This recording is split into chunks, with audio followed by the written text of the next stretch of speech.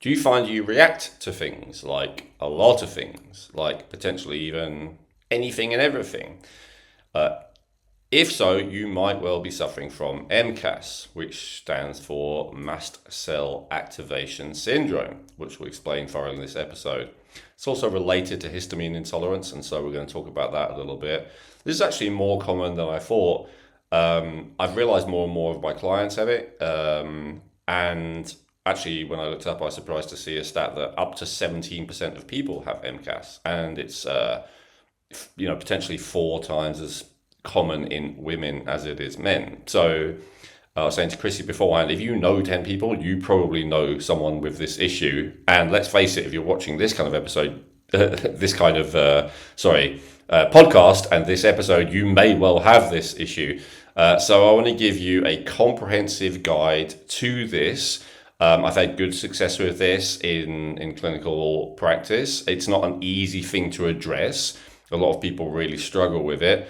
And so while some of what you hear here may be stuff that you have heard in other places, I hope if you carefully pay attention and go through the whole episode, you will hear important points here that you haven't tried before.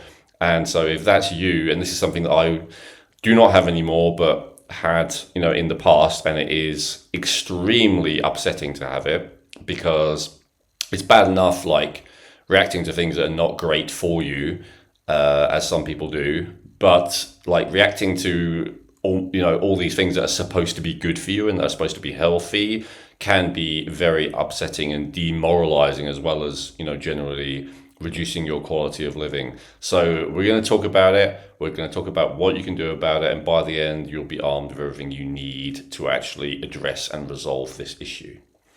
Hello and welcome to the Rejuvenate podcast. I'm your host, Chrissy Hawks, and I'm here with my co-host, Elwyn Robinson, the creator and founder of Advanced Health Genetics, the Hormetics Weight Optimization System, and the author of the Rejuvenate Blueprint book series. And yes, today, lovely listeners, we are talking about MCAS.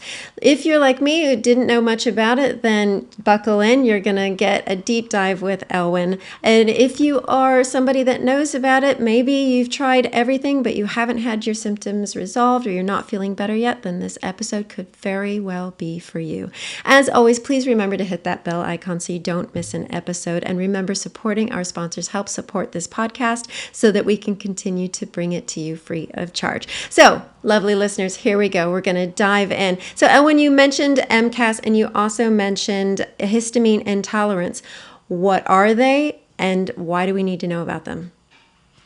I'll start with histamine intolerance first because it's quite a simple one. And I think we have touched upon it in other episodes as well, but it's related, so that's why I thought I'd squeeze it in here too. So histamine intolerance is basically where so histamine is a neurotransmitter, interestingly, but it's usually focused on in its involvement in allergies. And when we're talking about histamine intolerance, we're not talking so much about the histamine inside your body. That's something that we'll address more with the MCAS. And when we talk about how it compares to allergies and intolerances, histamine intolerance is really more talking about the digestive tract. So it turns out that foods also have histamine. And in fact, some foods have more histamine than others. And I always look through my Rejuvenate Blueprint lens, which is the 7 root causes of all chronic diseases, to kind of understand stuff. And in this case, it's pretty simple. It's actually, the root cause is root cause 1, and that system is genetics. So some people simply have a lower production of an enzyme called DAO, D-A-O, which diamino oxidase, I believe, off the top of my head, which is basically the enzyme that your body uses to break down histamine in your digestive tract, in your gut. And when you genetically don't make as much of that, then when you eat foods which are high in histamine, which again, frustratingly, a lot of the times are foods that health gurus tell you to eat and that they tell you are good for you, they can make you feel worse. So for instance, basically, aged foods is the simplest way of saying what are the high histamine foods. So obviously like your pickles, your sauerkraut, your fermented food, your cheeses, all that kind of stuff is like an obvious thing that would have higher histamine. if you understand that it is aged foods, fermented foods, but it could even just be, like eating peas that have been in a packet in a tin for 2 years is going to be way more of a histamine load than eating peas which are fresh. And then, other than aging, there are some foods that are just naturally higher in histamine than others. I won't go into more detail on that because, as I said, I think we went into quite a bit of detail before an episode on like some of the different food sensitivities. But it is a genetic condition where the body doesn't have enough of this enzyme. And so basically, what can you do about it? Usually if you improve your body in general, which we're going to talk about today, often even though it's genetically less able to make it, it can kind of get to the point of making enough that you can tolerate a moderate amount of histamine foods. And then the other option of what you can do is you can basically supplement that enzyme. And because it's needed in the digestive tract, it's pretty easy. I have to say that's the standard party line, as it were, in the kind of the functional medicine world. I found in practice that often like the different DAO supplements are not really that effective. But Dr. Miriam, who I sometimes collaborate with, has a different view, and I think it's probably like I'm dealing with people who are very complex with very long-standing issues, and it may not be that the DAO enzyme supplement isn't effective. It's just that the person has too many other things going on for it only to be effective. So I just have to be honest that from my personal experience, often the DAO enzyme doesn't seem to be enough. But if all you have is histamine intolerance, if that's the main thing you have, then maybe it is. But that leads us nicely to the much more complicated issue, which is the main thrust of today's episode, which is Mast Cell Activation Syndrome, which I think is actually less well known, but more important. I said in the intro there that, the estimates are that up to 1 in 6 people suffer with this. Now, an up to figure is admittedly very open to interpretation, but let's say, even 1 in 10 people. Now, here's why this is a problem. Unfortunately, this is a situation where the symptomology is very diffuse, meaning it could show up in loads of different places in loads of different ways. And it's the kind of thing that generally the mainstream medical and mainstream scientific establishment hates. What they love is like, you eat peanuts and your throat closes, you can't breathe, and we give you a drug and you're better. It's like one problem, one reaction, one solution. Very simple. With Mast Cell Activation Syndrome, it's not like that. It is more complicated. But when you really understand it, it's not really that different from the standard allergy thing that I just said. Although it is different, but it's not that different. But just there's something about it. If a problem shows up in lots of different symptoms, that could also be lots of different things. Doctors are just like, often they're just like, you're a hypochondriac, you're making it up. And also, especially if none of them are life-threatening, which they're usually not with Mast Cell Activation Syndrome, all of it basically adds up to that your medical practitioner often isn't interested. So that's where it is very important to, help yourself, educate yourself, and then find someone who actually understands all of this kind of stuff. So, should we start with what a mast cell actually is? Yes, please. Educate us.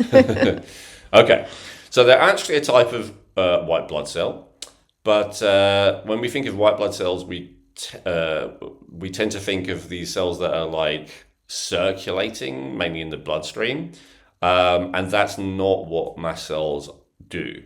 Mast cells actually embed themselves directly in your connective tissue, and they position themselves specifically at the borders where the outside world meets the inside of your body. This is a technical definition I've given many times before, but I need to give it again in case anyone's new to this. Like, inside your mouth is technically outside your body from your immune system's point of view. Inside your rectum is outside your body. In fact, the whole digestive tract is technically outside your body from an immune system point of view. Your ear canals are outside your body. Your nasal and sinus cavity and lungs are all outside your body. Even your urinary tract is technically outside your body up until a certain point, which is not clearly defined. And of course, your skin is outside your body. And if we think of all of those areas, those are areas where we frequently get kind of chronic but non-life-threatening infections, right? Ear infection, sinus infection, tooth infection, gum infection, lung infection, throat infection, gastrointestinal infection, et cetera, et cetera. Like, these are all areas where infections are common and not life-threatening. Generally, if you have an infection in an area that is technically inside the body, like the brain or the liver or the heart or anything like that, then suddenly doctors are a lot more concerned, because that could quickly become life-threatening, because the immune's reaction to an infection that it considers inside the body is significantly more severe, usually, and if it's not severe, then the infection is going to be severe. So in either case, it's a real issue on a kind of life-threatening level if it's inside the body. So the mast cells embed themselves and position themselves everywhere where there is a border between inside and outside the body. Does that make sense? Yes, it does. And so what are they doing there? They are like security guards looking for invaders and protecting against invaders. So this could be parasites, bacteria, fungi, could even be, venom, right? Like a bite, a sting from an insect, something like that. They're looking for the potential of invasion, let's just say. All right, so there are these immune system cells. They're on the border, they're guarding, right? Now, inside every mast cell are hundreds of these little tiny sacs called granules. And these granules, in turn, are packed with 1,000 different chemical known as mediators. And then when a mast cell detects a threat, it releases these chemicals to orchestrate the defense. So this is like, what would be an analogy here? So it's a border guard, but let's imagine it's a very long border, like a Great Wall of China. And so when it sees a potential threat, it sends off a flare gun, like, everyone come, I need support, there's an invasion going on. Now, it's a bunch of different mediators, but we mainly focus on, one specifically, and then maybe a couple of others. So the most well-known is histamine. It causes the blood vessels to dilate, causing redness and swelling, and it creates, often confused for inflammation, which are not the same, although they're certainly related. And it creates itchiness to prompt you to remove the threat. Yes, the itchiness is not a bug of the system, it's actually a feature. It's on purpose to get you to do something, because you can't scratch away a bacteria, but this is why I mentioned the bug bites. You can scratch away a bug bite. So that's why it's giving you that itching thing, so that you're like, a flea or whatever it might be. It's to get rid of this thing. There's also prostaglandins, which cause pain and do increase inflammation. And then there's cytokines, which you may have heard of as well, which again are a pro-inflammatory first-line defense feature of the immune system. And then there's also leukotrienes, which cause muscle contraction, which often leads to airway constriction or intestinal cramping. So this can be, I ate something and suddenly I started to have this, abdominal cramping. That could be what it is. Or I ate something and suddenly, my throat felt like it was closing up, or my sinuses started to feel blocked. We can put those down to the leukotrienes partly. So, does that make sense so far? Yeah, it does. Okay, so the surface of the mast cell is covered in thousands of receptors, and the way it's supposed to work is that when a genuine threat binds to those receptors, the mast cell pops open, a little bit like a dandelion, like when it has all the thousand little things, it like starts spraying everywhere. Maybe spraying isn't the word, but it degranulates. Releasing. Yeah. It degranulates. That is the actual scientific term for it. So it's like It's like this thing made up of hundreds of granules, and then like it all just starts dispersing. Maybe like a teaspoon of instant coffee in a cup, and then you add water. It all disperses throughout the system. And of course, if it were instant coffee, that wouldn't be a problem. But unfortunately, it's composed of histamines, prostaglandins, cytokines, etc., as I just said, and that's where the problem lies. And then in a healthy system, once the actual real threat is neutralized, the mast cell stops degranulating. The chemicals are cleared away by enzymes because they haven't built up to excessive levels, and the system is working well, so it's not a problem. And the inflammation goes away. So this is, for instance, I've been doing a bit of a peptide protocol recently. Some of them are not like substances that are native to the body, so I put it in. I get a little bit of redness around it. That's some mast cell degranulation. But, a few minutes later, body's cleared that, no problem anymore, it's done. Obviously, it depends on the level of offense. If I was stung by a wasp, it would take much longer than a few minutes, but the principle is the same. The body is able to deal with it and clear it away. Now, so we're almost there. What actually is MCAS then? So MCAS is where a normal number of mast cells, and that's only relevant to say because there are like more rare things like mastocytosis, where the problem is that there's too many mast cells, but that's not what's going on with this much more common mast cell activation syndrome. There's a normal amount of mast cells, but their behavior is dysfunctional. So, three key things. First of all, they're hyperreactive. So rather than degranulating an appropriate amount based on an appropriate stimulus, they degranulate an excessive amount, even if it's based on appropriate stimulus. So maybe there is a bacteria, maybe there is a bite, maybe there is a whatever, but the degranulating is a significantly in excessive response. So that's one option. And usually you get all three of these I'm about to say together, but that's one way that it goes wrong. The second way is that it's responding to an inappropriate trigger. And this is the most, as I said earlier, like vexing element of mast cell activation syndrome. People are trying to do the right thing. Maybe they're spending money and time on healthy things, and it just makes them worse. So this could be all kinds of things, and I'm kind of focusing on foods, I guess, but this can be caused by a temperature change, in my experience, specifically towards heat. An emotional stress can absolutely do it. Strong odors. A lot of people, mast cell activation syndrome, it's not just things they consume, it is they are bothered by chemical smells. And this is something, to be honest, they still bother me, but I don't get any kind of reaction to them. But yeah, it used to be I just hated it,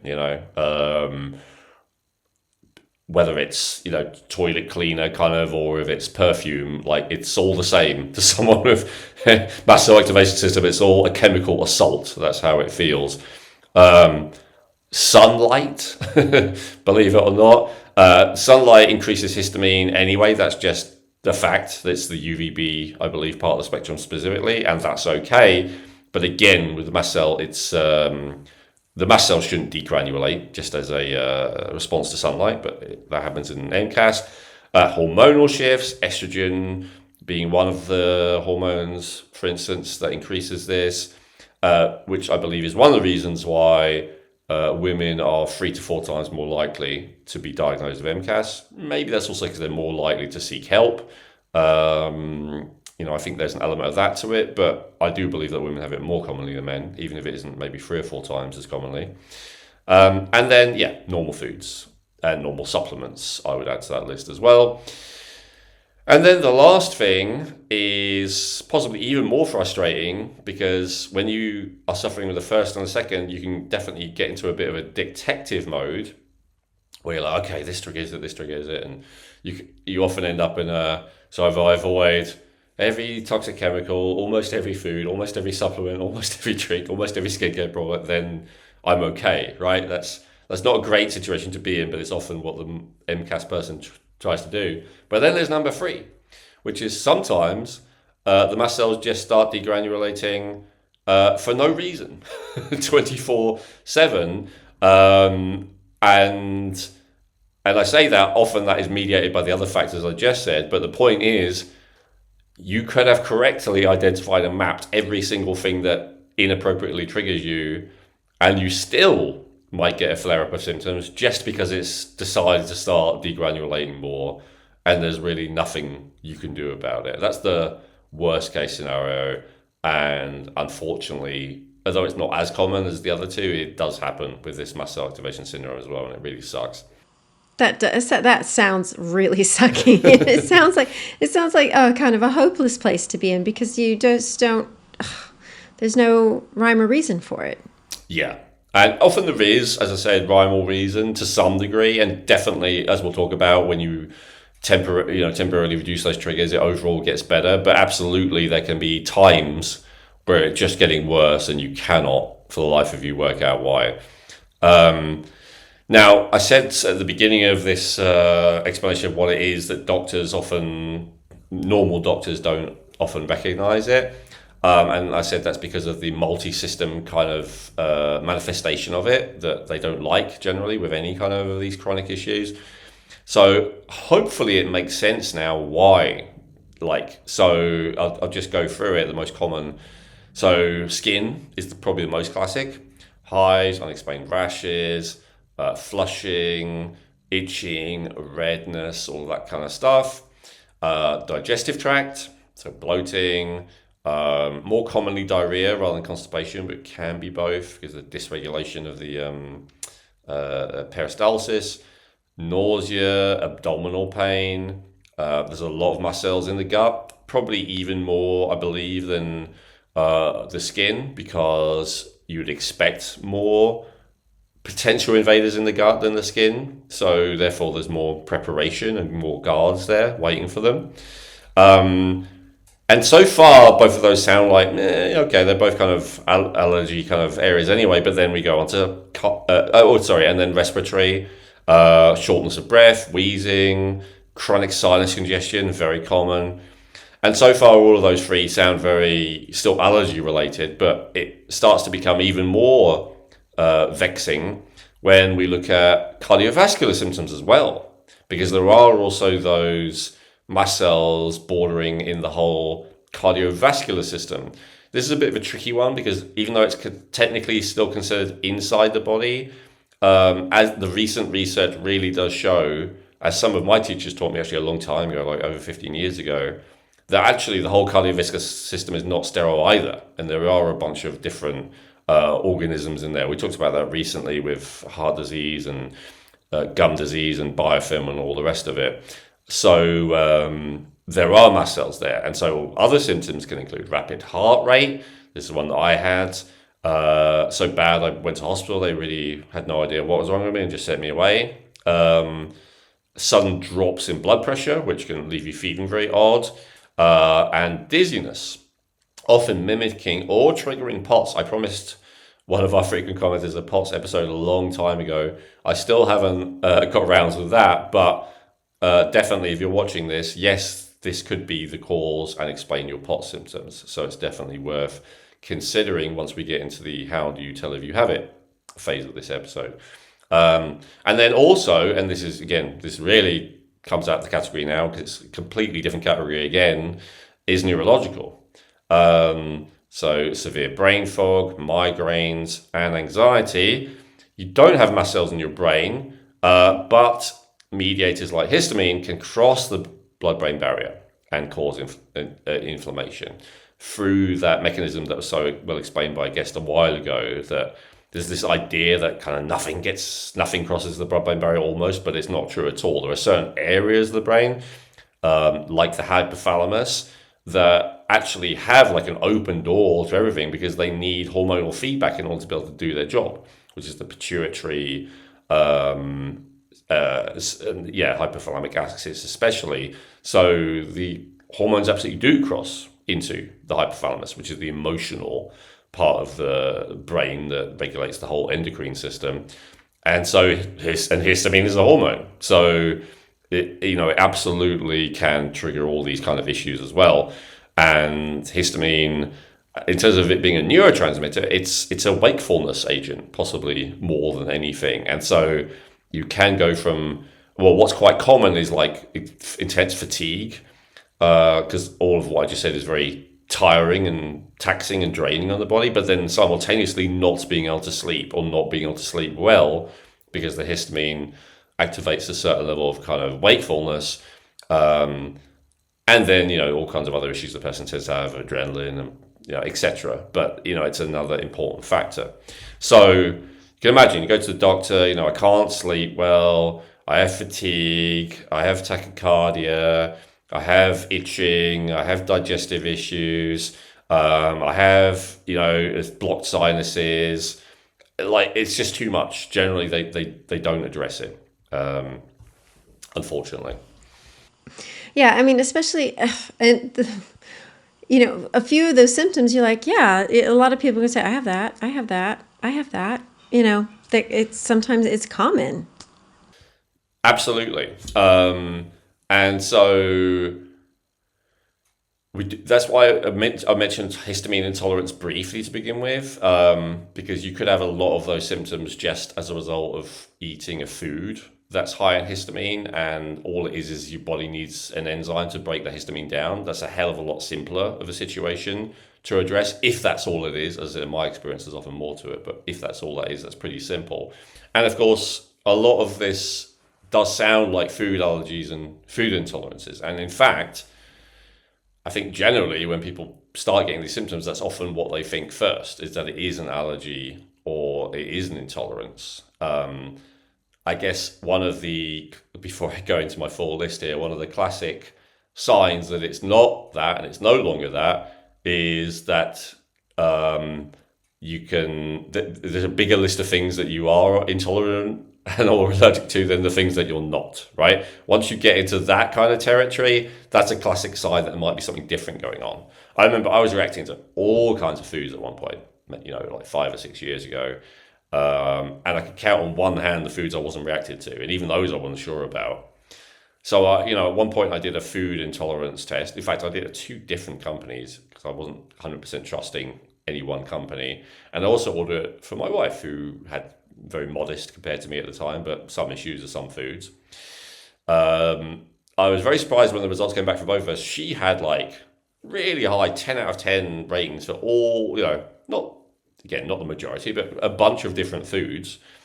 I had like maybe 3 out of 10 at the most for any food. And I was like, why am I reacting to all these foods then if I don't have, if I hadn't done it with 2 different companies, I would just assume the testing company is wrong. But even though the companies didn't quite agree, they both agreed I really didn't have very significant food intolerances. So that was quite interesting. So, all right, so how do we tell the difference? Well, let's talk about allergies and intolerances first. So the classic allergy is known as an IgE-mediated immune response. If you are testing to see if you have an allergy for something, you will do an IgE test for that thing, whether it's cat hair or peanuts or gluten or whatever. Usually if you have an allergy to something, it's indisputable. It's very specific. You go from feeling fine to having any contact with that thing. It can be as extreme sometimes as having it in the same room as you, but usually it's, like touching your skin or being ingested. There's no denying that you're going through something. Yeah, and it will happen 10 times out of 10, and it will be a quite severe reaction. And I say quite severe, obviously it could be anything from quite severe to deadly severe. It's very strong. Most common danger is that all the mechanisms, as I said before, the throat closes up, person can't breathe, and they die.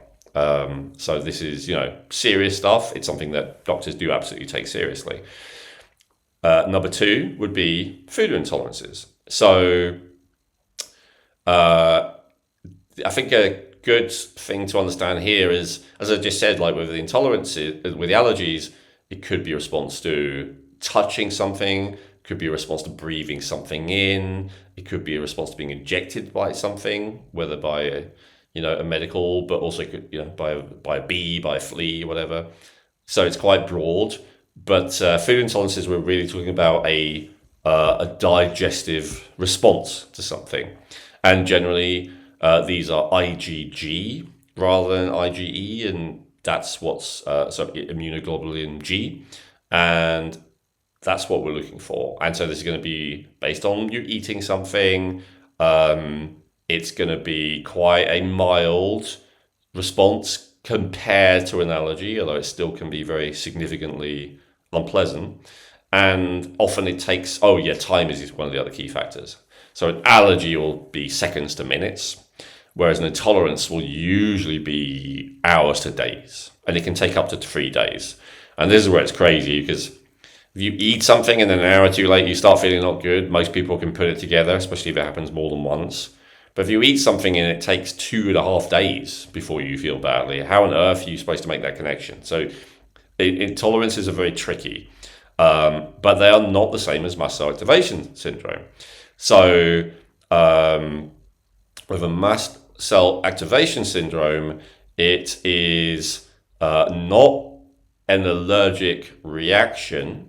It is not an IgE or IgG antibody response to a specific thing. It is a mast cell degranulation, which, although there's some similarities, there's key differences, which I think we've already outlined. So Yeah. it's true that with an intolerance, you might also have symptoms of fatigue and brain fog and an elevated heart rate and stuff like that. But it will tend to be only in relation to certain things. This is why I made the distinction right at the beginning of the explanation that the most obvious thing is if you react to a handful of things, we're more likely to be looking at intolerances, especially if they're kind of more vague and diffuse and not allergy-like. But if you're reacting to loads of things, and especially if you're also reacting to non-food, non-consumed things, so if it's also breathing chemicals in the air, and if it's also things that touch your skin and all that kind of thing, then we're likely fully outside food intolerances, which are talked about way more frequently, right? And we're actually in the realm of something completely distinct. I'd say maybe different isn't the word, because they share some similarities, but it is a distinct mechanism which needs to be treated in a distinctly different way. If you've ever thought to yourself, why am I always hungry? Why am I always thinking about food? And then beating yourself up about it, stop. It's not lack of discipline. I know this is controversial to say, but the truth is it actually isn't your fault. You're not greedy or gluttonous. You're not undisciplined. You're actually leptin resistant, and you're not alone. Leptin resistance is a consequence of living a modern lifestyle of excess blue light, excess stress, not enough sleep, and chemical food additives. It's the number one reason so many people in their 40s and 50s feel hungry 24/7 and can't shift the weight no matter what they try. Hi, I'm Elwin Robinson from the Rejuvenate podcast, and along with Dr. Miriam Mikitsky, I built the Hormetics weight optimization system because we kept seeing the same thing. Good people doing everything right but still stuck because their hormones were actually the problem. And conversely, when we helped them with their hormones, losing weight, not overeating became really easy for them without even trying. The leptin balance formula is the first formula we released. It contains African mango, chromium picolinate, Ceylon cinnamon, and alpha-lipoic acid. Chosen because the science shows that these ingredients at these precise quantities help restore the full satiated signal naturally. Go to advancedhealthgenetics.com/leptin, order now, and you will be invited to join our clinical study the moment you check out at no extra cost. So you can track exactly how well it works for you. And you can help us to prove to the world exactly how well it works. And to thank you for being a podcast listener, use code REJUVENATE at checkout for 20% off now. That's advancedhealthgenetics.com/leptin and use Rejuvenate for 20% off now. With the differences here with the allergies and intolerances and MCAS, I know it's the MCAS, it's the degranulation over here, and where we've talked about the histamine intolerance, it's just the histamine. With the allergies and intolerances, is it also just histamine, or is it another thing that's being that's having the response? Yeah, so great question. So one of the things we have to bear in mind here is like there's a distinction between the innate and adaptive immune system. So the innate immune system is the first line of defense, and it's often a very generalized reaction. And then the adaptive immune system is when the immune system now it knows what it is, and it has a very specific, focused, targeted solution for it, which are generally referred to as the antibodies. So this is where the idea of vaccines comes from, is that when you first have a reaction to something, especially if that thing is a serious problem, the reaction can be more damaging and even deadly than the thing itself. And so the idea is, let's just give the body a little bit of the thing so it doesn't have that massive initial reaction, but it does have enough of the stimuli to develop the adaptive immune response, the antibodies, so that then when you get a real exposure to the thing, your body is like, I know what that is. I'm not going to have a massive innate immune response overreaction. I'm just going to send the antibodies that specifically already know how to deal with that thing. So in the case of both the allergy and the intolerance, they are antibodies. So they are, now in the case of obviously an allergy and intolerance, it's still gone wrong because it's reacting to something that is not a real threat, but it's a specific reaction to that thing. Whereas with the mast cell activation system, it's a innate response based on the wrong stimulus, whereas an allergy is a adaptive response based on the wrong stimulus. And so they have different qualities to them. And so overall, the innate response is generally much broader in the impact that it has, if that makes sense. So for instance, if your problem is genuinely intolerances, and let's say you have a handful of them, if you avoid those things, you should be fine. That's the first thing. Second of all, if you have one of the things, it shouldn't set off a cascade where you suddenly react to everything else significantly more. But if you have mast cell activation system, that's not true. Once it starts degranulating, then the next stimuli could cause even more of a degranulation. And so it's more of a cascading, snowballing thing. And this is not to minimize the unpleasantness of allergies and intolerances at all. They can be really bad, both of them, because an antibody response is still a serious response. And if it's, responding to something that you're, consuming every day or breathing in every day, that's still a big problem. But it's not the same as a total innate immune system, broad, general reaction, which then leaves you more reactive to everything, if that makes sense. That does. Thank you. Yeah, it's also, as always with this podcast, it's the education of coming about and the distinctions of these things, because some people could just very easily lump it all into one, not understand the distinction. But also too, now knowing a little bit deeper about the MCAS and how just this one trigger, then just there's this next, this domino effect of, and now that's going to go, and that's going to go, and that's going to go. And how do you stop it? But, you're like, oh, okay, that puts things into perspective. Great. Yeah, and I probably spent longer on that explanation than I was planning to, but I think it's good because, as I say, most people don't even know this. I was in that position for years of thinking I had food intolerances, where actually I didn't really, proven by lab testing. And so, that's an important distinction to make, because if you're trying to treat something that you don't have, because of course, if you have food intolerance, you just stop eating the thing for a while. Maybe you introduce it, maybe you'll be okay. And then maybe if you introduce it, you don't, and you got to stop again. It's fairly simple. Whereas unfortunately, this issue is not as simple.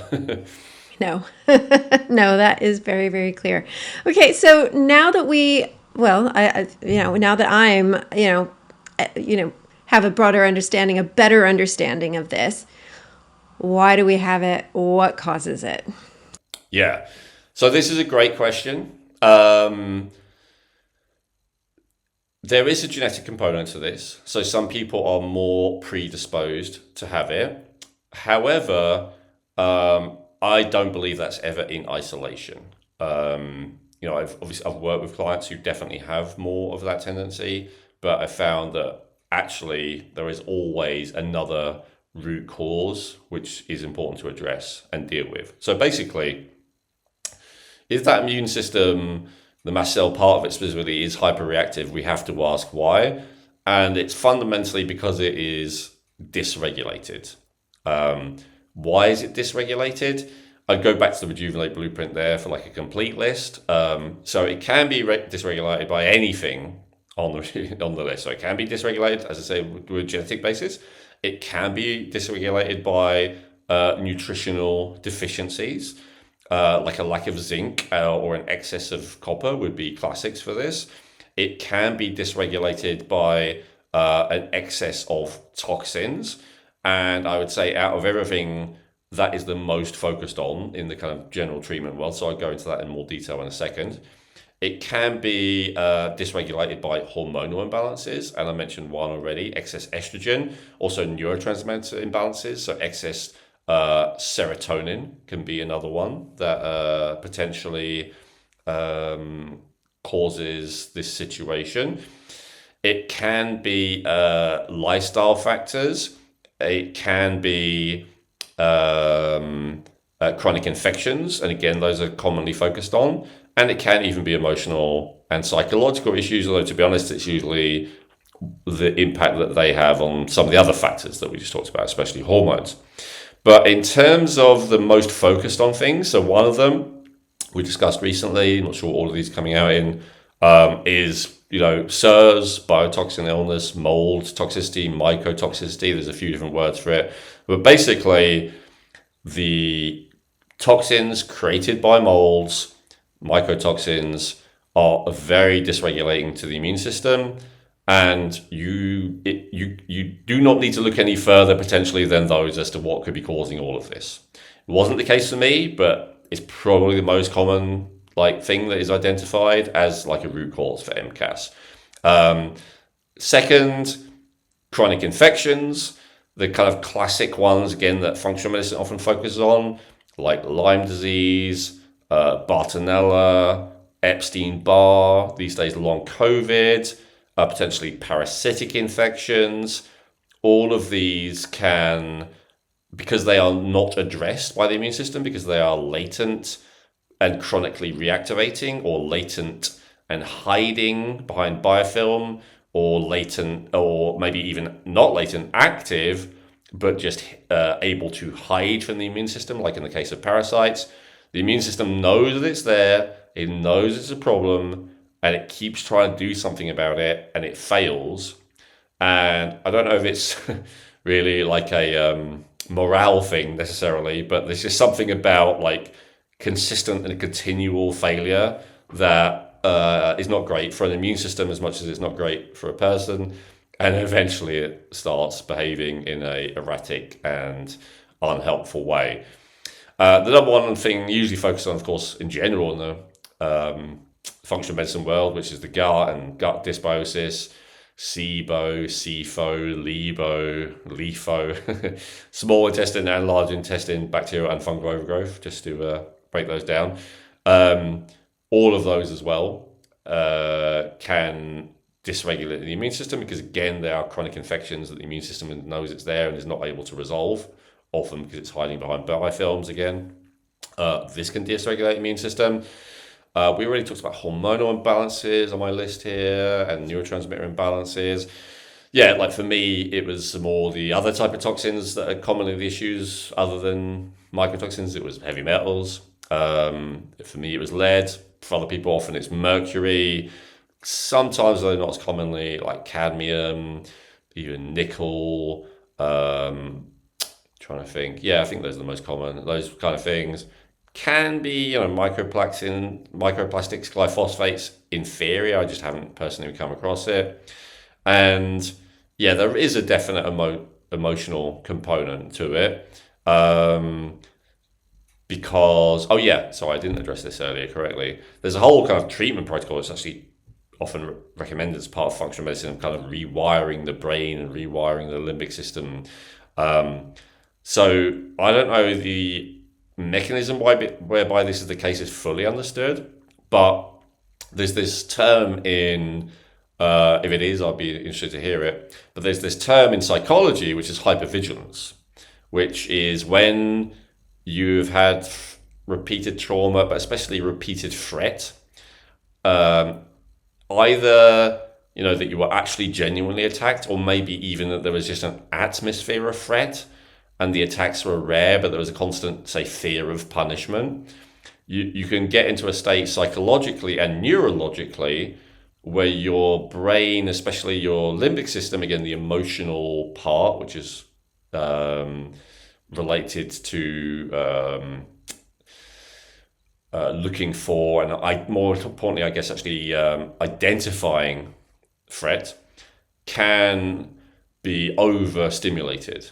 And so in your emotional, relational, psychological life, you can be like maybe paranoid, defensive, never relaxing, always worried, fearing that people are out to get you, things are out to hurt you. But weirdly, that does seem to mirror with the state of the immune system. So if you are highly defensive and reactive and on edge, your immune system tends to be exactly the same. And so sometimes it can be a question of, like, you have to actually resolve those underlying emotional stroke neurological issues. It's not only a physical thing. That makes sense. That really does, because a lot of times you don't really understand the impact, the overall impact that does have on you and your whole system. Absolutely. I would say that was a root cause for me. I don't know if it was like the most important one, but it was on the list, and it's something that I had to address and deal with. And I'm not saying I have zero hypervigilance now, but it's like I guess it's like a glass of water where, if you're almost at the edge, only a little bit more tips it into being overflowing. So you just want to kind of reduce that level that you are hypervigilant. You don't necessarily have to resolve the whole thing before you can be better, get better from this disease. Let's talk about testing, because this is something even people who teach about MCAS, I've done like a couple of different courses on it. I've read a couple of books on it. I'm actually amazed how little focus there is on testing. Well, amazed might be stretching a little bit. I am concerned at the lack of focus on it. Now, I know why. It's because the testing is not particularly easy to do. And honestly, a lot of the time, when we're focusing on why isn't this tested for, that's usually the answer. The test is too expensive, the test is too difficult. Like, that's usually what it is, as opposed to it's just not a good idea to test. And so often it is diagnosed purely by symptoms, and often by like a process of elimination, like I was saying earlier. Okay, so it's not an intolerance, it's not an allergy, and it's not this and it's not that, and we'll look and see, in the genetics, is it just histamine intolerance, and does DAO help? And often it's a process of elimination to get to MCAS. Another way that it's often diagnosed is just by treatment. So you try treating it, especially with like powerful drugs that are pretty effective at treating the situation, if not the cause, and see if they actually make a difference. But those are both good. You should do those. But I think lab testing is worth doing as well, if it is possible. Now, I'll explain the lab testing. If you've heard of everything else before this episode so far, and because you're already a bit of an MCAS expert, then I hope at least this part will be the part that makes you go, okay. I didn't know that. So the problem is, to diagnose this, you actually have to catch it during a flare-up. Now, I say that's a problem. If you're highly reactive to a lot of stuff, manufacturing a flare-up on yourself is probably really not that difficult. But it still requires some coordination to do that. So that's one challenge. And then preferably, though in my experience it's not necessary, but preferably you have two readings. You have a flare-up reading and a baseline reading. Now, so baseline meaning no particular flare-up at the moment. Flare-up reading meaning as much of a flare-up as you can catch while doing a test at the same time. That's an ideal. I'd say if you can only do one of those two, though, the flare-up reading is more important. Like that's the one that you really want to do. So other challenges.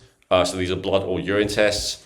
Blood and urine tests must be kept chilled. So in the fridge or on ice if you're transporting them after collection, or the mediators degrade and show a false negative.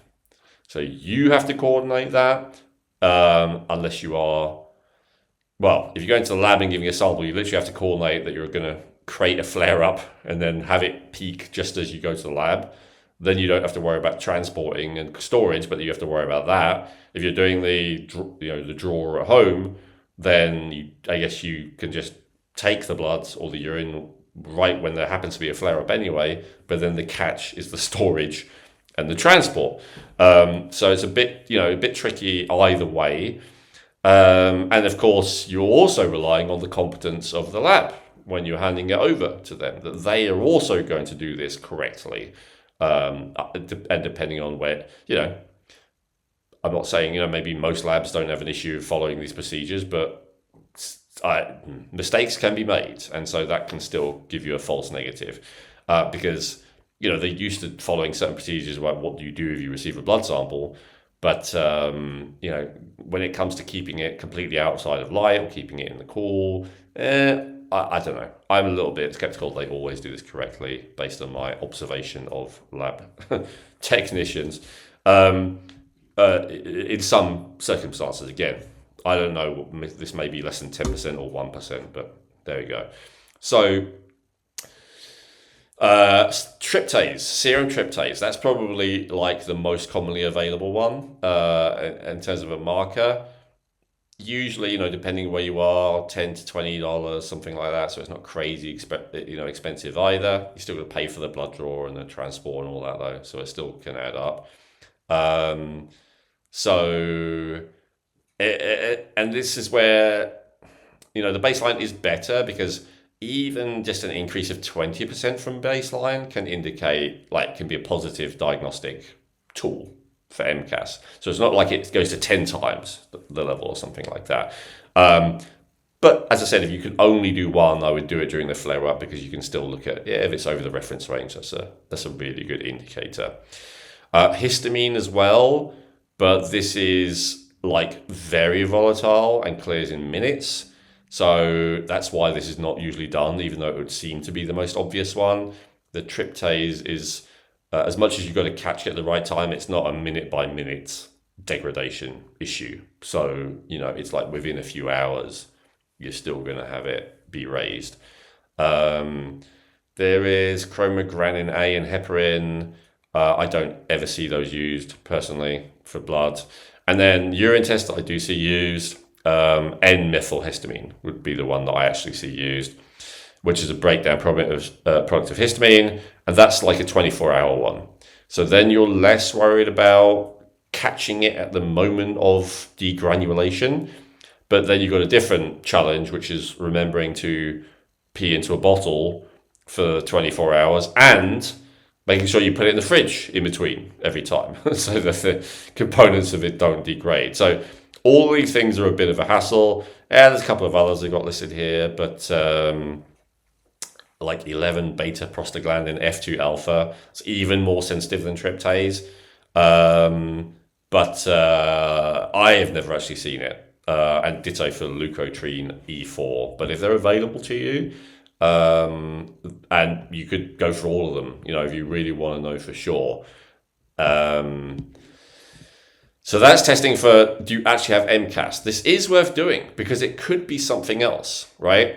There's definitely an overlap with these symptoms with a lot of others. I've tried to create a distinction in this episode of where there is distinction between this and allergies and intolerances, but there's a lot of the same symptoms of just, mycotoxin illness or SIRS.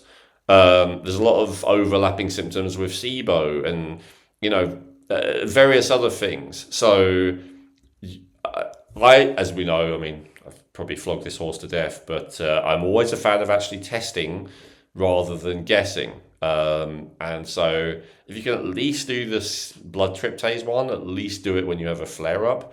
That's like a good minimum, I would say, that you should be aiming for, unless you really live, somewhere very remotely where none of these tests are available. I would recommend doing that before doing a load of different treatments, especially a load of pharmaceutical drugs to treat MCAS, which often actually are called for temporarily if you have MCAS, and they can be extremely helpful. But don't take them if you don't actually need them. No drug, no supplement even, but especially no drug comes completely free of side effects. So you want to make sure that it's actually something that is useful for you. And though with some of them, they act pretty quickly. With some of them, you have to wait several weeks to really know if they're working or not. So do you really want to be taking something for several weeks that you don't need? I mean, maybe if you're desperate with all these symptoms, you might be willing to do it. But ideally, you test and actually find out. Yeah, I mean, because yes, like you say, you could have something, but whether it's MCAS or not is like finding it out. I guess where I'd go then would be, yeah, for sure. The testing is better because, as you've just stated, it's not necessarily that you want to, depending on what the treatment is, which I think we're going to get to next, what the treatment is for MCAS versus what this thing is over here that you think, oh, maybe it is, but it's not. Sorry, this may be confusing what I'm saying, but I think you don't want to napalm it if it's just this one thing. Yeah, and napalming, but it's also a hassle to follow the MCAS protocol, actually, as will become clear. And in fact, it involves avoiding things that are actually good for you if you don't have the issue. So that's another good reason. Basically, temporarily, it is adding in things that are potentially toxic and reducing things that are potentially healthy if you didn't have MCAS. So that's why it is definitely better to make sure that you actually have it, if you possibly can have access to that testing. Okay, so what are the recommended treatments? If you do know now that you do have MCAS, how are you going to treat it? Okay, great question. We'll do pharmaceuticals last. So phase one, and this is again where I mentioned histamine intolerance, because there's a perfect overlap here between if you have histamine intolerance and you have MCAS. This thing you do exactly the same for both. I mentioned DAO earlier because I was kind of skipping over it because I knew this was coming. So the main thing that you want to do for both to start with is stop adding extra histamine to the equation. And so this will involve temporarily, while you address the root causes, going on a low histamine diet. And so I mentioned it earlier, but I'll expand on it now. So we talked about aged foods and fermented foods. Yes, that includes all the fermented foods that are supposed to be good for you. Yes, that also includes most, but not all, probiotic supplements, the beneficial organisms. A lot of them are histamine containing and or histamine forming, like they increase the level of histamine. And so while it may be good for you in general, and this health guru or that health guru may have said it's the bee's knees, it may well not be good for you if you have this particular issue or either of these particular issues. Aged meats is a big one. If you look this up, they'll usually talk about salami and bacon and all of that kind of stuff, which is true. But what they often don't talk about as much is that, like beef, which obviously I'm a big fan of. I did a whole episode on how you might be fine living off beef and potato. But beef is aged. Pretty much all beef is aged. If it is not aged, it is inedible. If you've been to certain countries where they don't eat beef, you'll find you will spend half an hour chewing one piece of meat. It needs to be aged to go through a process, basically like fermentation, to break it down. Like even I know that sometimes they sell aged beef and then they make a big deal of it, like if it's dries and all this kind of thing. But like all beef is aged to some degree. Unlike, for instance, chicken, which I'm not a fan of, but again, in this particular scenario, it is not aged. If you leave a chicken hanging for 3 to 4 weeks, like with beef, it will give you food poisoning when you eat it. So it's just a different kettle of fish. You want to be aware of, the obvious kind of cured meats are obviously old, but even some meats are inherently old, like beef, for instance. Cheeses, same category, and then there are some which are not, and then anything that's old, right, in a tin, in a packet. Now, I guess like some pasta that's in a packet, and it may be 2 years old, but it's not quite the same. It's more if it's old and moist. So if it's a tin soup, that's a problem. If it's a packet of pasta, maybe not as much of a problem from a histamine point of view. I hope that makes sense. And then there are some things that trigger histamine anyway, even though they are not necessarily old and aged. Tomatoes, citrus, famously, strawberries, spinach. There's like a full list of this. You'll be able to look it up, like which foods liberate histamine or not. But I'm just giving you some of the basics now to kind of stimulate thought in you and think, oh, wait a minute, I have a problem with those issues, with those foods or not. Let me, real quick, what about food like leftovers for the next day? Because obviously that's aged. Is that out the window, or can you do that? 100%. Like if you go to some countries like in Asia, like they focus very little on, I'm thinking China actually specifically, very little on toxic exposure levels, but they focus religiously on freshness. Everything is fresh. They go and shop every day for fresh everything. Often what to me seem very cruel treatment of animals, partly it is down to they want the gap between the death of the animal and the ingestion of the animal to be as short as possible. Whereas we will often, it'll be a very extensive, slow process between the slaughter and the final consumption. So that kind of approach of as fresh as possible for everything is the optimal for if you have either of these two issues. 100% Chrissy, yeah. So ideally, you chop the chicken's head off, you pluck its feathers, you put it in a pot and you eat it, all of it within a few hours, and keep none of it as leftovers. I mean, that's as close to low histamine as you're going to get. And then the more that is spread out and extended, the more potential issues you have when it comes to histamine. Freezing is going to, significantly put that process into stasis. But yeah, especially when things are tinned and like preserved but not frozen, I guess that's the way of putting it. The level of histamine tends to increase rapidly, and that includes, yes, I famously, among anyone who knows me, batch cook and just eat the same thing multiple times a day, all week, until it runs out. That is very practical for someone who doesn't mind eating the same thing every day, like me, but it is not a great idea for someone with this issue again, unless I guess maybe if you were batch cooking at the beginning of the day and then you ate it throughout the day. It's not like there's a black and white line of, this is okay, this is not. It's just the more you extend it, the older it is, the more likely it is to be a problem. Okay. No, that's pretty clear. Yeah.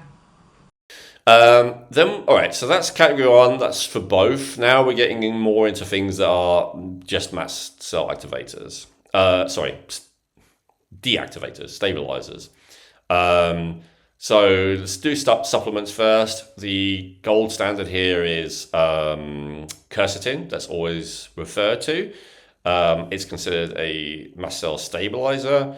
Sometimes it's given it's not particularly well absorbed, so sometimes it's given different delivery methods like liposomal.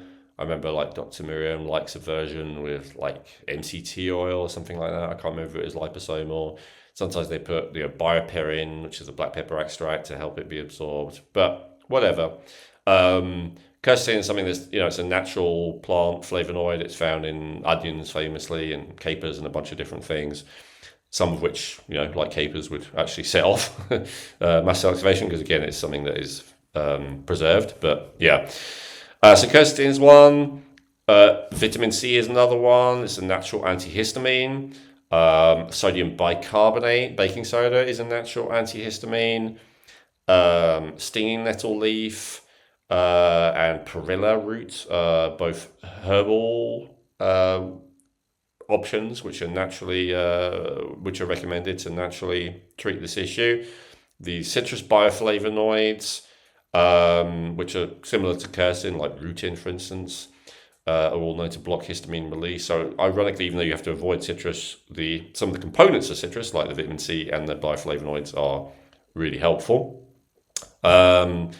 Generally, in my anecdotal experience, probably the most effective thing is not really quercetin, even though it's the most commonly used. It's a decently big dose of sodium bicarbonate. That can really stop a histamine reaction in extract. When I say decent dose, half a teaspoon, something like that. The challenge with it is, though, compared to something like quercetin, you've got to take it at the right time.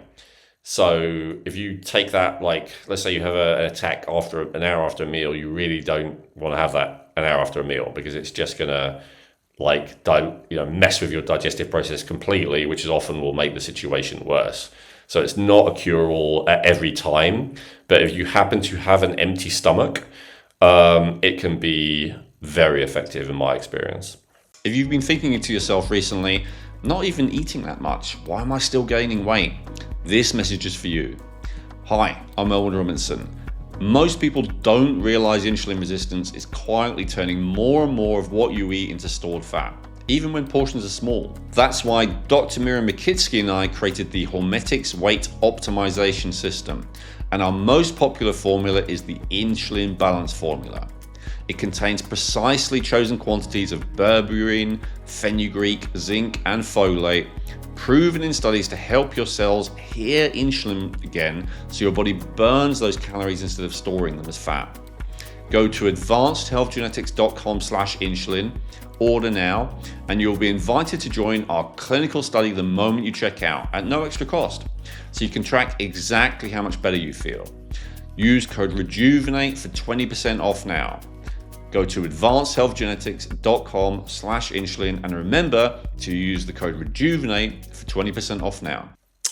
Next, DAO enzyme is more relevant for people with histamine intolerance, but it can also be helpful for people with MCAS, because it's still, and when I say DAO enzyme, I mean the supplement, which is generally like something that is either made, extracted from something, I think beans are common, or it's kidney extract. It's just, DAO is naturally high in kidneys, so often they sell like beef kidney or pig kidney dried extracts in a capsule form as like a DAO supplement. So one of those two, taking it before it, like if you're like, oh, I can't live without cheese or whatever, taking it before a meal, especially if you know that you're going to have some histamine, can be helpful.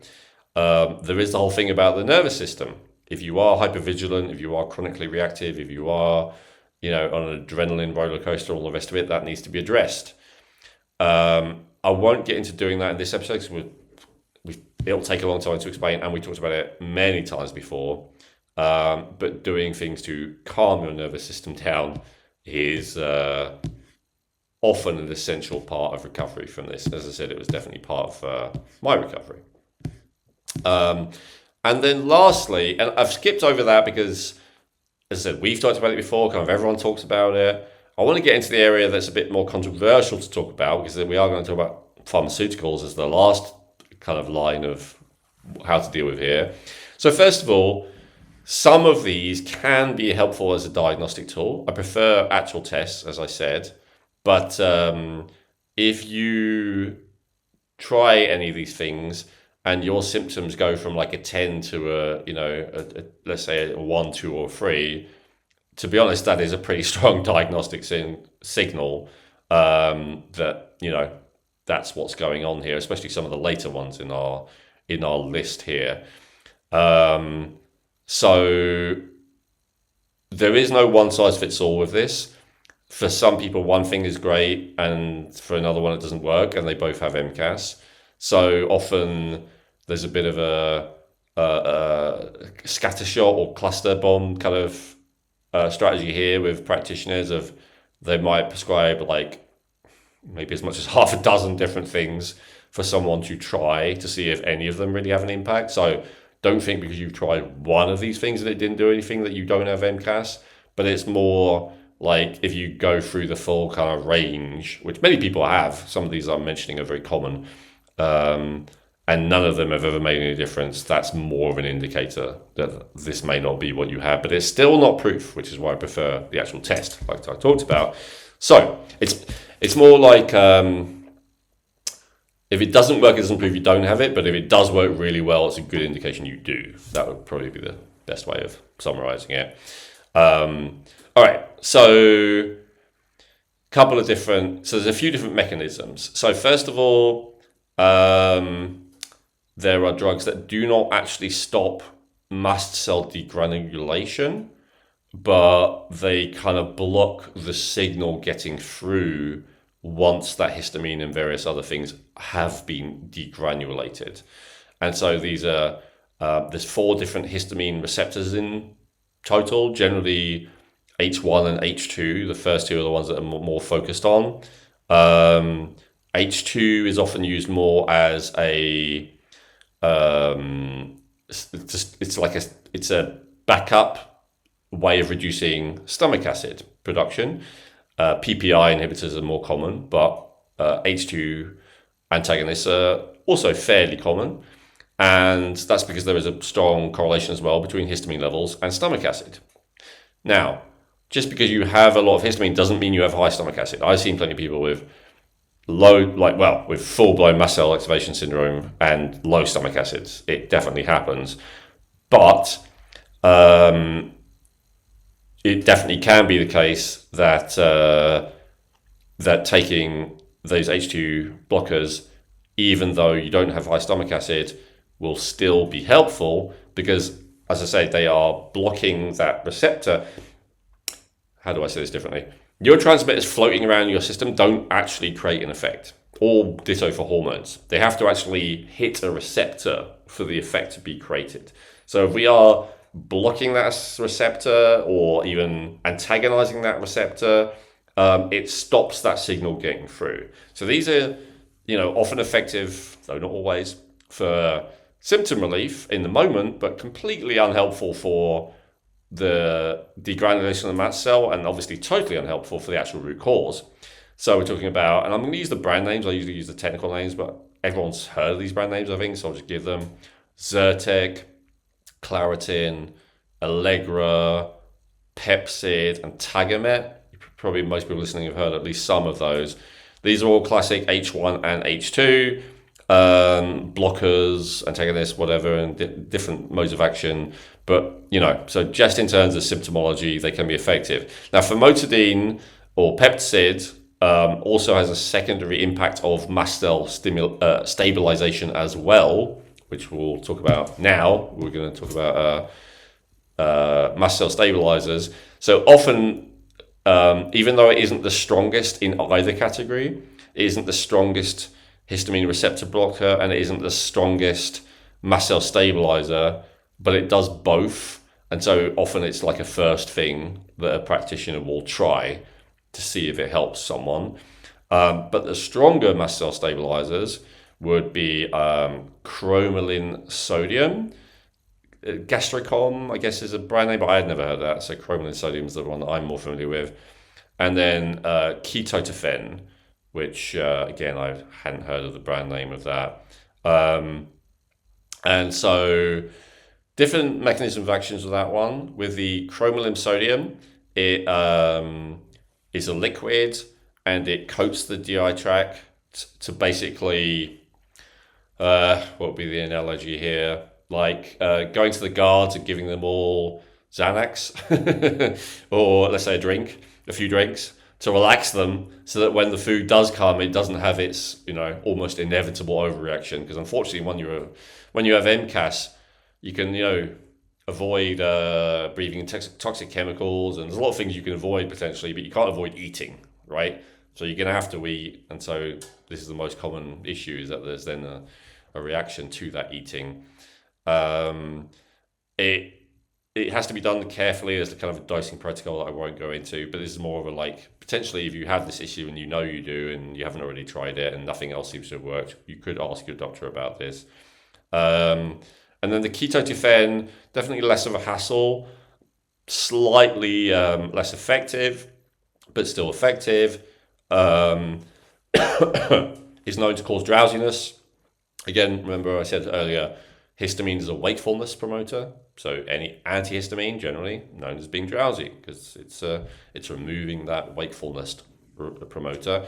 So like famotidine, it is both a antihistamine, it is a histamine receptor blocker, and it's a very good systemic mast cell stabilizer. So when I say systemic, while cromolyn sodium is more powerful, it's just working on the digestive tract. With ketotifen, it's technically working on all the mast cells throughout the body. And then we're going into a little bit more specific things, so targeted pathway inhibitors. So there's leukotriene inhibitors. I mentioned leukotriene earlier. They are the things that cause the spasming and tightening of the muscles, which can lead to the closing throat most famously, but also just digestive issues and all the rest of it. So leukotriene inhibitors can be useful if those are like some of your worst symptoms. And then obviously we also mentioned earlier prostaglandins, which are the pain and inflammation things, and they are specifically effectively treated with aspirin. Both of those are not like going to work on their own. They're more like a thing that you might add as an adjunct if everything else is not really doing enough. And I don't have experience with those two. I've experienced with pretty much all the others in various capacities. And then I don't have experience with these either, but let's mention them anyway, because, who knows? You might be one of those people that they really make a difference for if you have the means to get them. So there are monoclonal antibodies. I'm sure you've heard of those because of the COVID era. They were supposed to be very effective. So these calm the immune system. It's expensive. It requires prescription. Certainly, it's a lot of doctors. It's even if they're willing to prescribe it to you, they have no idea how to get it for you. It's not particularly easy. But if nothing else has worked and you have the means, it's something you may want to look into and consider. And then in an emergency only, there is the classic EpiPen, right? The epinephrine. This will cut a reaction in its tracks. Now, just on that subject, I should mention there are other ways to spike your epinephrine other than EpiPen, including a lot of the Wim Hof method. So the extreme cold exposure and the extreme breathing practice he teaches, both of those spike epinephrine. And one of the things that his system is, to be fair, famous for being quite helpful and effective with is people with these chronic inflammatory issues and these chronic immune reactivity issues. The reason it wasn't earlier in my list, I'm mentioning it more as an aside, is because if your problems are down to a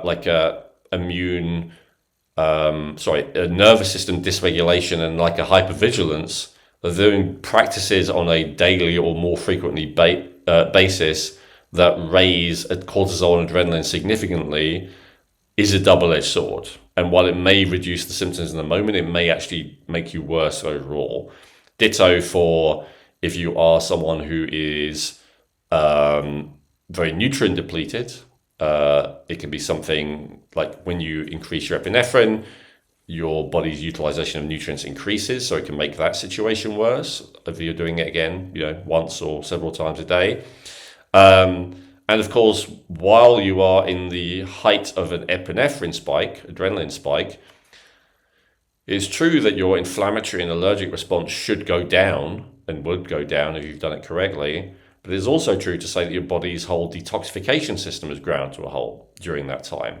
And so if you're in the middle of, if the root cause of your issue is actually this toxin overload, then doing it once every now and then is fine, but doing it several times a day is like one of those systems would advocate. And then, often the high levels of stress, the catecholamines will last for an hour or two. That's, again, a portion of the day that your body is not dealing with that toxic backlog. So actually, although, I'm not a big fan of, chemicals and pharmaceuticals in general, there's an argument to be made that especially if you get a form of all the ones I just said, like famotidine and ketotifen and all the rest of it, that does not have a bunch of toxic fillers, often that requires going to a compounding pharmacy and getting them to, give it to you as purely as possible. There's an argument to be made that ultimately it is less getting in the way of your overall healing process than some of those other kind of, techniques which are temporarily reducing inflammation by spiking adrenaline and cortisol. But that's a judgment call. I'm just putting, that position to you in case you haven't heard of that before. That's a lot. That's a lot. But like you say, there's options here. Yeah. And then it just really is going to depend on circumstances and the things and where you're able to go and what you're able to do. Yeah. If I were to summarize, definitely minimize the high histamine foods. Yeah. That's a no-brainer. Definitely look into the emotionally and psychologically calming yourself down and question if you have hypervigilance, because that can be done for free with zero risk of exposure to anything toxic or allergenic, like with some of the other stuff. So those two, reducing things that trigger you, minimizing how much you are emotionally triggered, those things are completely safe.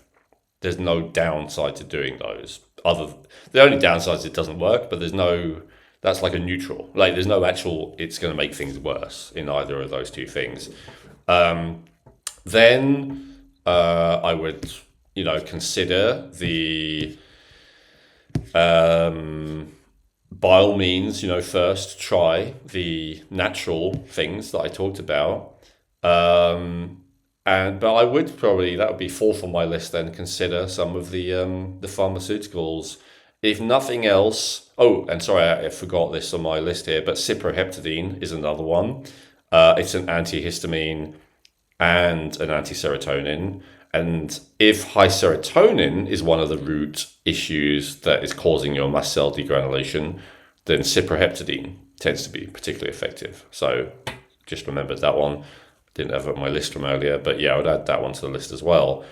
But, I'd say they're probably fourth on my list. They are worth trying. Now, remember, all of that list is all only how to treat the symptoms and the reactions.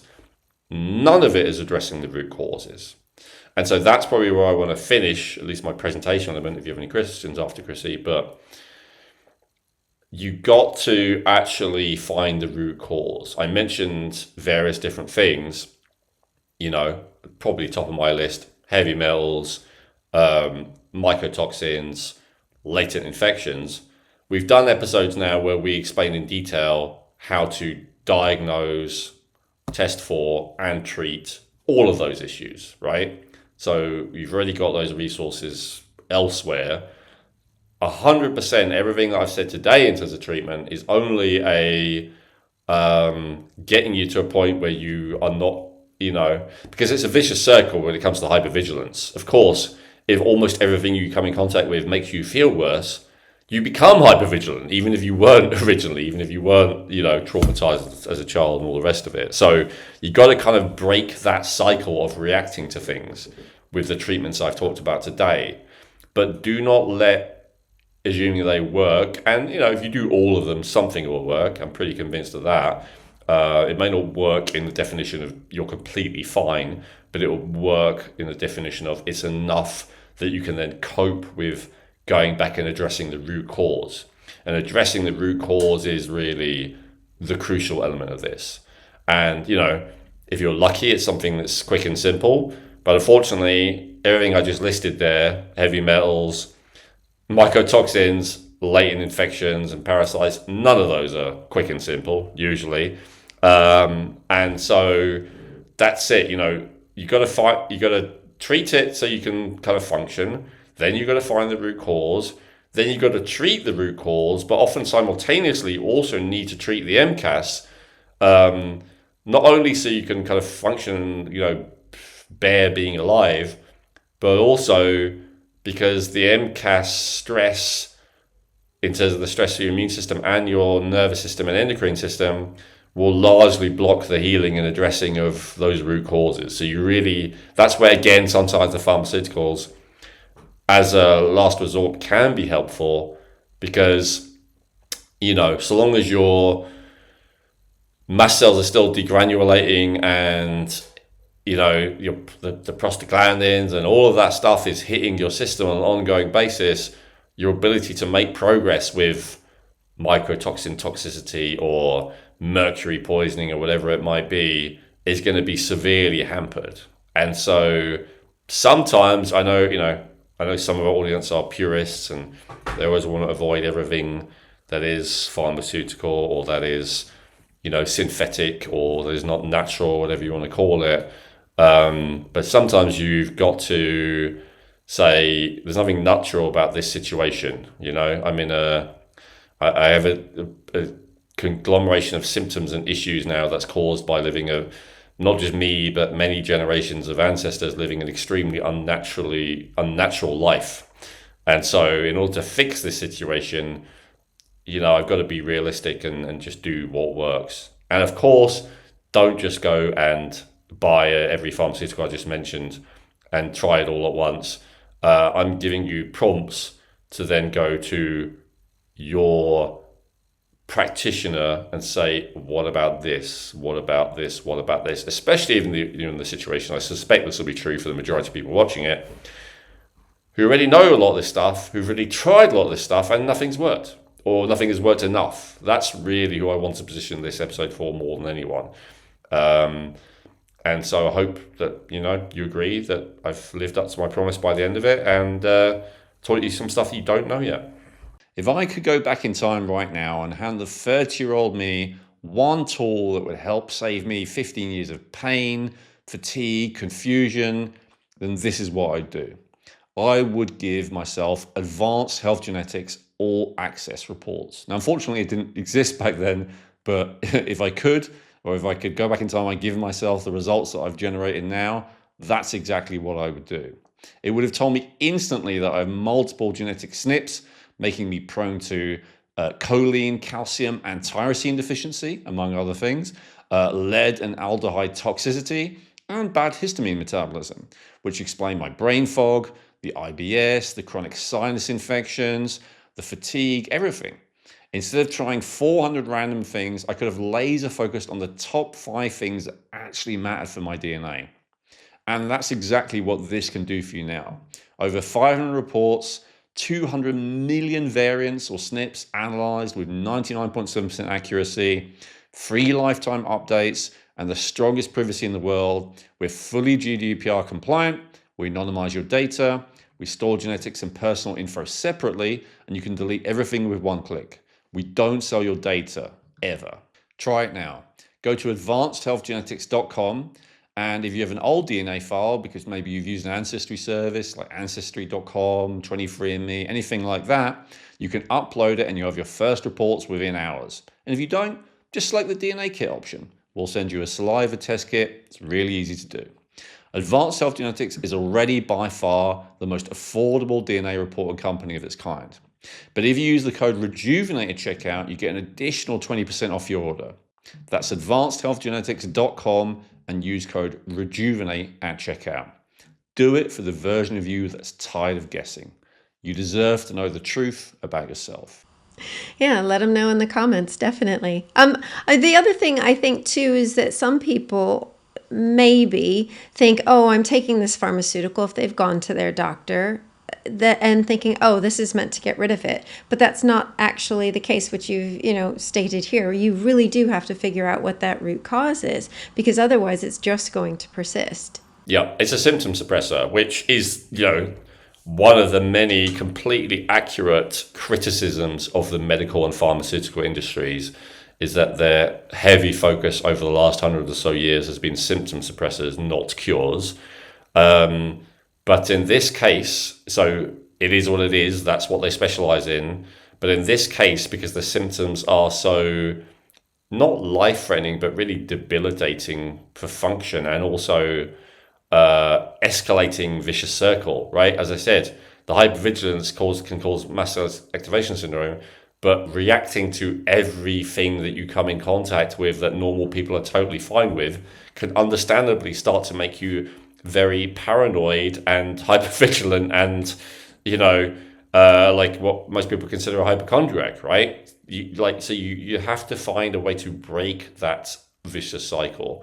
And I'm doing a lot of justifying why I've mentioned a lot of pharmaceuticals, I guess. But whatever it is, whatever out of everything I've suggested works, you need to be willing to do that temporarily to then be able to actually recover and heal. Absolutely. Absolutely. No, this has been a really great episode. It definitely, put things out there of that understanding between the allergies, the intolerances, the MCAS. Also, too, there's definitely levels of healing and work that need to be done if it is MCAS. And it's going to potentially be a long road, but there is support. There are things that you can do for sure. And it's a long road until you're fully healed, but it may not be very long at all until you feel a lot better. The one thing I want to add in as well is I've kind of just to help to educate, I've made this distinction between intolerances and allergies and MCAS, but in reality, actually a lot of the time people have all of those issues, right? So it's just delineating them. Yeah, no, that's very, very true. Well, brilliant. I'd say, as always for, anybody listening, please make sure you do, if you have questions, put them down in the comments. Elwyn is so good at getting to them. So please, if you do. But Elwyn, anything, I think we've come to the ends, but is there anything else that you want to say before we close? Yeah, thank you, Chrissy. Yeah, getting to them sooner or later. I can't promise a quick response, but I'll promise a eventual and thoughtful response.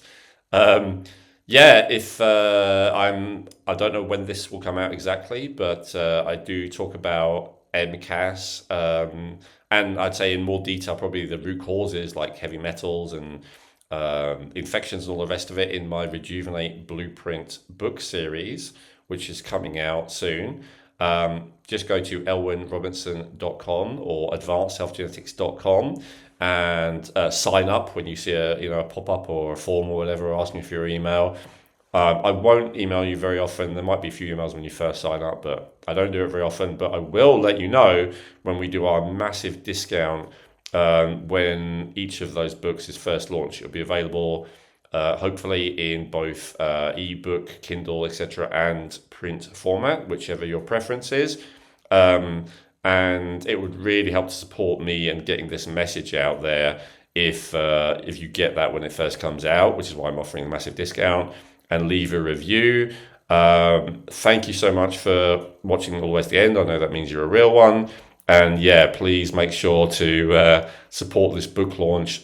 The podcast was the first phase of this, but the book launch is really the second phase of really getting this message out there of the Rejuvenate Blueprint and helping a much wider audience of both people and also practitioner type of people to realize that there is actually this unifying framework that explains every chronic disease and how to identify and treat it. So please help spread the word about the podcast, and also once they come out, if they're already out, the books, so that we can, start to shift the conversation about these things to like actually addressing and finding, addressing and resolving those weakest link root causes that are keeping the vast majority of this population in a state of chronic unhealth. Beautiful. I love what you just said. Finding, addressing, and resolving. Beautifully said. So yes, lovely listeners, you heard it here. Please go to the websites that Elwyn has said, sign up, because there's going to be some wonderful information, especially if you want to get to the truth of what your underlying issue is. So follow all of that. Any questions, leave them in the comments. And also just, say hi. Let us know how you're doing. And as always, it's so wonderful spending time with you, and we will see you next time. Hey, I hope you enjoyed that video. You may have noticed I recommended a few different videos in that episode, and one of the ones I recommend is just here, if you want to click there, or another one I recommend is just below, if you want to click on that one and watch that next.